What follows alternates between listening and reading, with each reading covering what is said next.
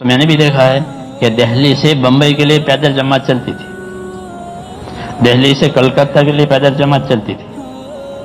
ہاں، یہ تو ہمارے حاضری کی بات ہے۔ 4 مہینے کی جماعت، رمضان، شوال، ذوالقعدہ، ذوالحج، یہ 4 مہینوں میں پیدل جماعت چل رہی تھی، وہ چلتی تھی، اور اس کی محنت کا بڑا اثر ہوتا تھا، کیوں کہ وہ محنت بھی کر رہے ہیں، چل بھی رہے ہیں، سیکھ بھی رہے ہیں، سکھا بھی رہے ہیں، برداشت کر رہے ہیں۔ پیدل جماعتوں کی تاثیر الگ ہے۔ ہمارے گاؤں میں پیدل جماعت آئی بہت سالوں کے بعد، جب میں شروع 60 سال پہلے کی بات ہے، جب میں مدرسے سے فارغ ہو کر آپ کی طرح سے اگر گاؤں میں پڑھانے لگا نا، تو میں جماعت میں نہیں جاتا تھا،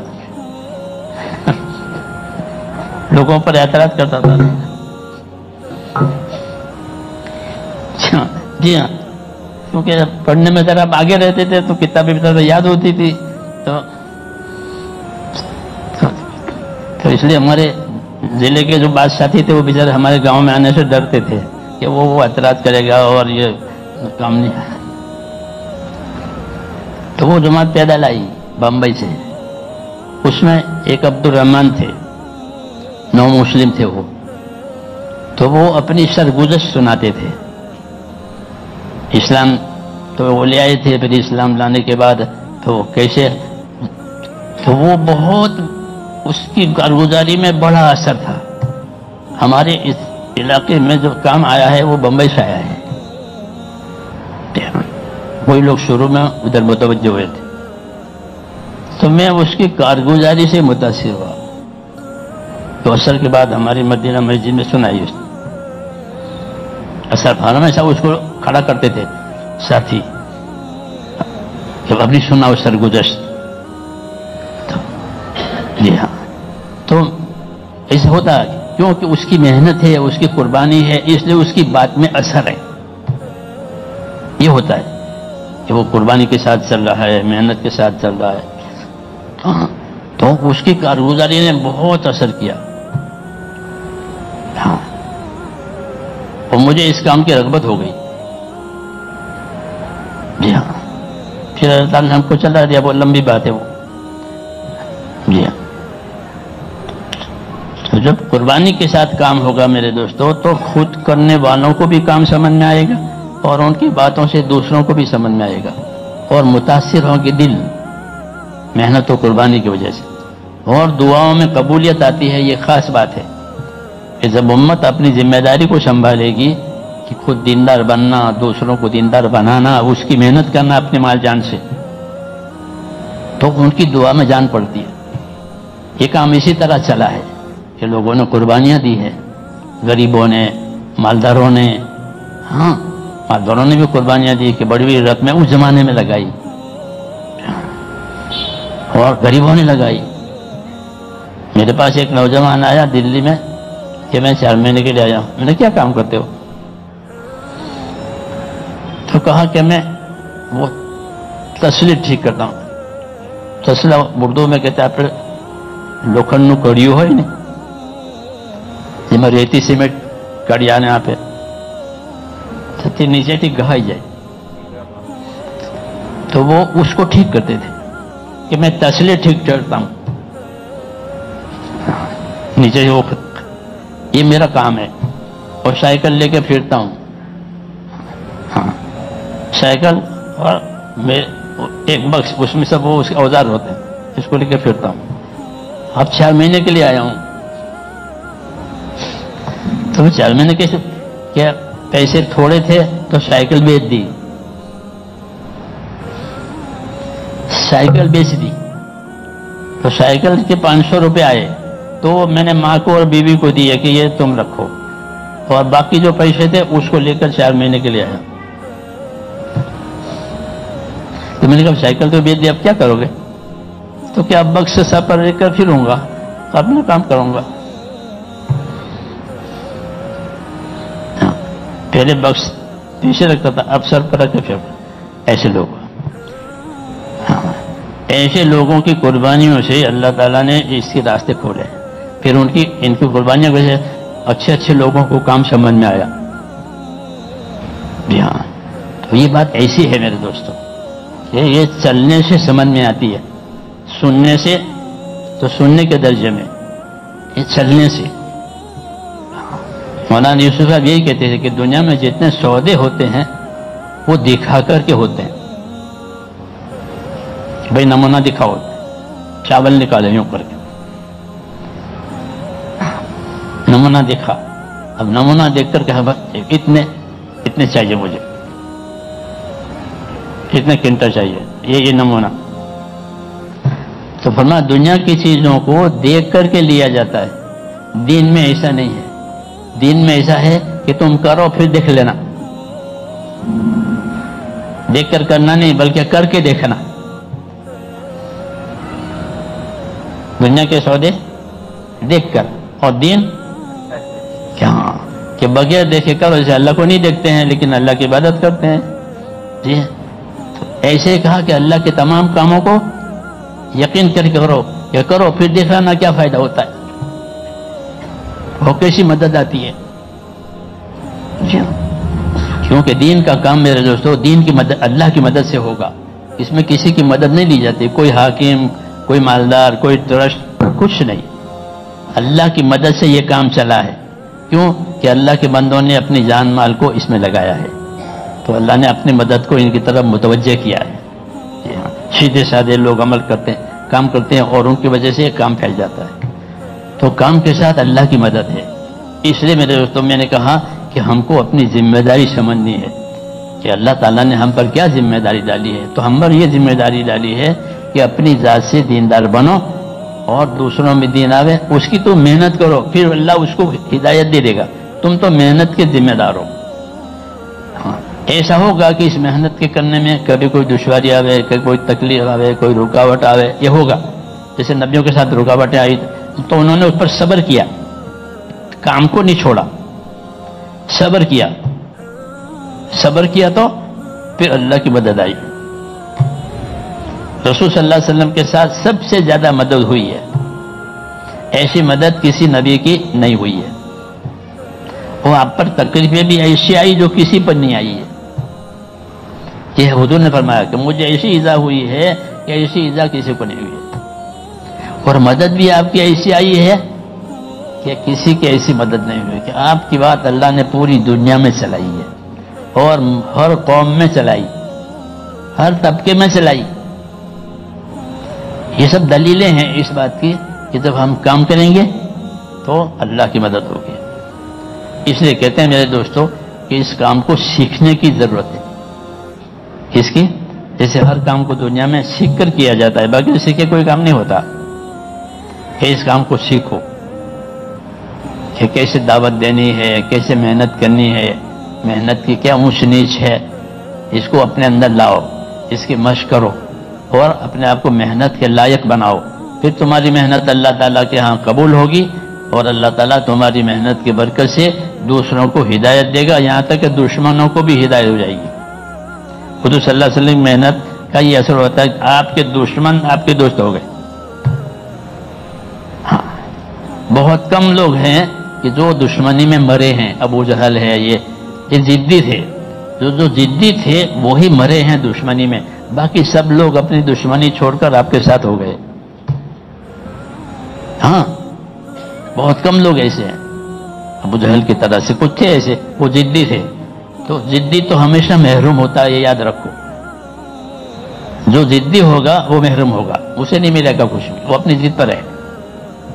جی ہاں. لیکن جو ضدی نہیں ہوتے تو تھوڑی ان کو سمجھ میں ہوتے، پھر جب درمیان ہوتی تو ان کی سمجھ میں آ جاتی ہے، پھر اس طرح آپ کے ساتھ ہو گئے لوگ. ہاں اس طرح آج بھی ہوگا میرے دوست، لیکن اس کے لیے تھوڑی ہمت کرنی پڑے گی کہ ہم ہمت کریں، اپنی زندگی کی ترتیب بنائیں. طریقہ یہ نہیں ہے کہ ایک کام کو چھوڑ کر دوسرا کام کرو، ایسا نہیں ہے، بلکہ دونوں کام کرو، یہ بھی کرو وہ بھی کرو. جیسے کہ مثلا ہم مدرسہ پڑھاتے ہیں تو مدرسہ بھی پڑھائیں گے اور یہ کام بھی کریں گے. نماز پڑھاتے ہیں تو نماز بھی پڑھیں گے اور یہ کام بھی کریں گے. کوئی دکان کرتا ہے تو ہم دکان والے کو نہیں کہیں کہ دکان چھوڑ کر اللہ کام کر, کہ نہیں تو دکان بھی کر یہ بھی کر. کوئی کھیتی کرتا ہے تو کھیتی بھی کر یہ بھی کر. تو اس کا کیا طریقہ ہے کہ اس کا طریقہ ہے کہ ترتیب بناؤ. حضرت رحمۃ اللہ علیہ نے مجھے یاد پڑا بنگلور میں یہ بات سمجھائی تھی کہ بھائی ترتیب بناؤ, چھوڑو مت. دکان والے اگر دکان چھوڑے تو کب تک چلے گا؟ دکان چھوڑ کے وہ نبھے گا نہیں, چھوڑ کے کرنے والا نہیں, کیونکہ اس کو ضرورت تھی اب چھوڑ دیا. تو یہ طریقہ ہمارا نہیں ہے کہ کسی کام کو توڑ کے چھوڑ کے اس میں لگ گئے کہ نہیں, بلکہ نماز کے طریقے پر پڑھو, نماز کے طریقے پر کرو. کہ نماز کا طریقہ کیسا ہے؟ دیکھو نماز میں 4 ارکان ہے جو فرض ہے, قیام, رکوع, سجدہ اور قاعدہ. یہ 4 ہیں نماز میں ارکان, یہ فرض ہے. تو اس کی ترتیب بنائی ہے, ورنہ اگر آدمی قیام میں ہے تو رکوع کیسے کرے گا بتاؤ, اور رکوع میں ہے تو سجدہ کیسے کرے گا, اور سجدے میں ہے تو قاعدہ کیسے کرے گا؟ یہ چاروں ارکان اپنی حیت میں ایک دوسرے کے مخالف ہیں. میری بات سمجھ رہے ہو؟ قیام کرنے والا رکوع نہیں کر سکتا, کر سکتا ہے. تو شریعت نے اس کی ترتیب بتائی کہ پہلے قیام کر لو, اور قیام پورا ہو جاوے تو پھر رکوع میں جاؤ, اور رکوع پورا ہو جاوے تو پھر سجدے میں جاؤ, اور سجدہ پورا ہو جاوے تو قاعدہ کو. تو پہلے قیام, پھر رکوع, پھر سجدہ, پھر قاعدہ. یہ ترتیب ہو گئی. اس ترتیب کے خلاف کوئی نہیں کر سکتا کہ بھائی پہلے قاعدہ کر لو, کہ نہ نہیں. اس فرمایا صلو کما رأیتمونی اصلی, ایسی نماز پڑھنا جیسے مجھ کو نماز پڑھتے ہوئے دیکھا ہے. یہ بات دین کے ہر کام میں ہے, خالی نماز میں نہیں. نماز کا تو نام لیا ہے اور مقصود پورا دین ہے کہ پورے دین پر اس طرح چلنا جس طرح میں بتاؤں, یہ مطلب ہے. تو ترتیب نبی بتاوے گا, کیونکہ انہوں نے عمل کی دعوت دی ہے, تو پھر عمل کی ترتیب بھی وہی بتاویں گے. جیسے نماز کی آپ صلی اللہ علیہ وسلم کو دعوت دی ہے کہ نماز پڑھو, تو پھر نماز کی ترتیب بھی بتائی. اس طرح دین کی بھی اس طرح سے. اس لیے میرے دوستو اس محنت کو ترتیب سے سمجھنا ہے کہ ایک کام توڑ چھوڑ کے دوسرا کام نہیں کرنا. تو کیا کرنا, کیا ترتیب, ایک وقت اس کام کو دینا ہے, ایک وقت اس کام کو دینا ہے. اگر اس کی ترتیب ہو گئی تو کام آسان ہو جائے گا. کسی کام کو چھوڑو مت. ہاں, مدرسہ بھی ضروری, مسجد بھی ضروری, دکان بھی ضروری, اور تبلیغ بھی ضروری. کیوں کہ تبلیغ نہیں ہوئی تو پھر بے دینی آئے گی, وہ نماز بھی بگڑ جائے گی. بغیر دین کی نماز ہوگی, بغیر سیکھے نماز ہوگی, وہ نماز ہوگی. اور دکان میں بھی حلال حرام کی تمیز نہیں ہوگی, دین نہیں ہوگا. تو ہاں, کہ دین ہونا تو ضروری ہے, اور دین محنت سے آئے گا. سیکھنے کی محنت, سکھانے کی محنت, دعوت کی محنت, اس سے آئے گا دین. جب دین آئے گا تو ساری چیزوں میں نماز بھی دین والی ہوگی, سنت والی ہوگی, کاروبار بھی شریعت والا ہوگا, نکاح بھی شریعت والا ہوگا, لباس بھی شریعت والا ہوگا. سب چیزوں میں دین آئے گا.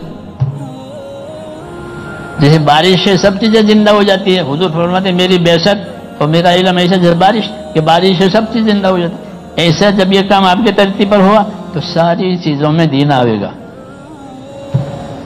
ہاں, کاروبار میں بھی دین آئے گا, نکاح شادی میں دین آئے گا, لباس میں بھی دین آئے گا, ہر چیز میں دین آئے گا. بارش برسنے سے ہر چیز زندہ ہو جاتی ہے. تو یہ محنت ایسی ہے. اس لیے کہتے ہیں ایک وقت میں یہ کرو, ایک وقت میں یہ کرو. اس کی ترتیب بناؤ, اور ترتیب خود ہی بناؤ, کیونکہ خود بناؤ گے تو نبھاؤ گے. کوئی دوسرا بنا کر دے گا تو کیسے نبھے گا؟ خود بناؤ کہ مجھے اس وقت میں یہ کرنا ہے اور اس وقت میں یہ کرو. تو پھر انشاءاللہ اللہ تعالیٰ اس کو آسان کریں گے. پہلے دشواری آئے گی, پھر آسانی آتی ہے. ہر کام میں یہ خدا کی ترتیب ہے کہ ہر کام میں پہلے دشواری, اس کے بعد آسانی. نیا جوتا آپ خرید کے پہنو تو وہ جوتا پاؤں کو کاٹے گا. جوتا کاٹتا ہے نا پاؤں کو, نیا جوتا. ہاں, لیکن پہنتے پہنتے پھر پاؤں اس کا عادی ہو جاتا ہے, پھر پاؤں اس کو اندھیرے میں پہن لیتا ہے, جو کہ یہ میرا جوتا ہے. آسان ہو گیا. نیا مشکل، ایسے ہر کام میں ابتدا مشکل، تو اللہ نے بشارت دی ہے ان مع العسر یسرا، ان مع العسر یسرا، یہ بشارت ہے کہ گھبراؤ مت، دشواری کے ساتھ آسانی ہے، گھبراؤ مت، دشواری کے ساتھ آسانی ہے، تاکہ ہمت کرے، نہیں تو شیطان اس کو ڈراوے کہ تمہارا کیا ہوگا، تمہارا کیا ہوگا، کہ کچھ نہیں ہوگا، جو اللہ نے لکھا ہے وہ ہوگا، اس کو تو اتنا ہی جواب دینا ہے۔ حضور کو یہ جواب سکھایا ہے کہ کیا ہوگا، میرا اللہ نے لکھا ہے وہ ہوگا، وہ بات بھی یہی ہے، جو اللہ نے لکھا ہے وہ ہوتا ہے، دوسرا ہوتا نہیں ہے۔ تو ان کو تو یوں خاموش کیا گیا شیطان کو، اور خود کہ خود اللہ کے وعدوں کا یقین کر کے چلو، اللہ کے وعدے سچے ہیں۔ ہاں اللہ کے وعدے، اور یہ کام اسی طرح ہے کہ یہ کام اللہ کے وعدوں پر نظر کر کے، کہ اللہ نے کہا ہے کہ جو محنت کریں گے ان کو ہدایت دیں گے، اور جو دین کی مدد کریں گے خدا ان کی مدد کرے گا، ان کے مسئلوں کو اللہ حل کرے گا۔ ہاں تو یہ کام ایسا ہے میرے امت کے مسائل اللہ تعالیٰ حل کرے گا، کیونکہ امت میں دین آئے گا۔ تو الحمدللہ اس کام کی برکت سے دنیا میں دین گیا، ہاں ہر جگہ اور ہر طبقے میں دین پہنچا۔ جی ہاں، یہ کہاں کہ اللہ کی مدد سے پہنچا ہے۔ جی ہاں، اس لیے میرے بھائیوں ہمیں اپنی اس ذمہ داری کو سنبھالنا ہے، تاکہ ہماری زندگی دینی بنے اور امت کی زندگی بھی دینی بنے اور ہماری آخرت بنے، اور کچھ لینا نہیں ہے لوگوں سے۔ کیا بنانا ہے کہ ہماری آخرت بنے؟ ہم تو آخرت بننے کے لیے کریں، کیونکہ جو آخرت بننے کے لیے کرے وہ کرتا رہے گا، جو کسی غرض کے لیے چلے گا وہ نہیں چل سکے گا، جب اس کی غرض پوری ہو جائے گی تو چھوڑ دے گا، اور غرض کی نہیں پوری ہوئی تو بھی چھوڑ دے گا، کہ کیا فائدہ۔ اس لیے یہ کام غرض والوں کا نہیں ہے، یہ کام اس کا ہے اخلاص والوں کا، آخرت بنانے والوں کا، کہ جو آخرت بنانے کے لیے چلیں گے تو اللہ تعالیٰ اس کی آخرت بھی بنائے گا، اور اس کی برکت سے دنیا بھی بنا دے گا، کہ دنیا برکت والی ملے گی، آخرت کامیابی والی ملے گی۔ سمجھ میں آئی بات؟ اس لیے میرے بھائیوں کہتے ہیں کہ ارادے کرو اور اپنے آپ کو اس کام کے لیے تیار کرو، ہاں ہمت کرو۔ یہ نہیں ہے کہ کل کے کل جانا ہے، ایسا نہیں ہے، بلکہ آپ کو ترتیب سے جانا ہے۔ سمجھ میں آئی بات؟ ہاں، اور آپ چونکہ ماشاءاللہ دین کا کام کرتے ہیں تو آپ کے لیے یہ کام آسان ہے۔ اپنے آپ کو پیش کریں۔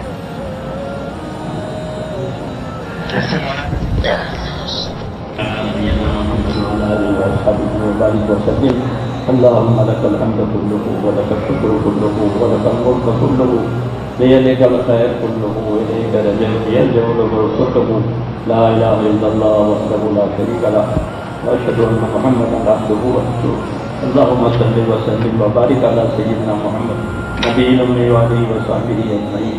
اے اللہ ہماری مغفرت فرما، اے اللہ ہماری اور پوری امت کی پوری مغفرت، پوری امت سے درگزر فرما، امت پر سے اپنے ناراضگی کو اٹھا لے، اور اے اللہ پوری امت کو آپ کی رضا والے راستے پر ڈال دے، امت کی صلاحیتوں کو دین پر قائم فرما دے، امت کی صلاحیتوں کو برباد ہونے سے بچا لے، امت کے مالوں کی، جانوں کی، آبرو کی، دین ایمان کی ہر جگہ حفاظت فرما لے، اور ہر خیر سے امت کو مالا مال فرما، اپنی اپنی ذمہ داریوں پر کھڑا ہونا ہمارے لیے آسان فرما، موت تک اخلاص اور استقامت کے ساتھ اپنے دین پر قائم ہونا ہمارے لیے آسان فرما، مرنے کا وقت آئے تو ایمان پر خاتمہ نصیب فرما، حسن خاتمہ نصیب فرما، شوئے خاتمہ سے حفاظت فرما، موت اور مابعد موت میں ہمارے لیے برکت مقدر فرما، موت کے بعد کی ہلاکتوں سے حفاظت فرما، موت کے بعد آنے والی ابدی رحمتوں سے مالا مال فرما، پریشان حالوں کی پریشانیاں دور فرما، محتاجوں کی مدد فرما، بیماروں کو صحت عطا فرما،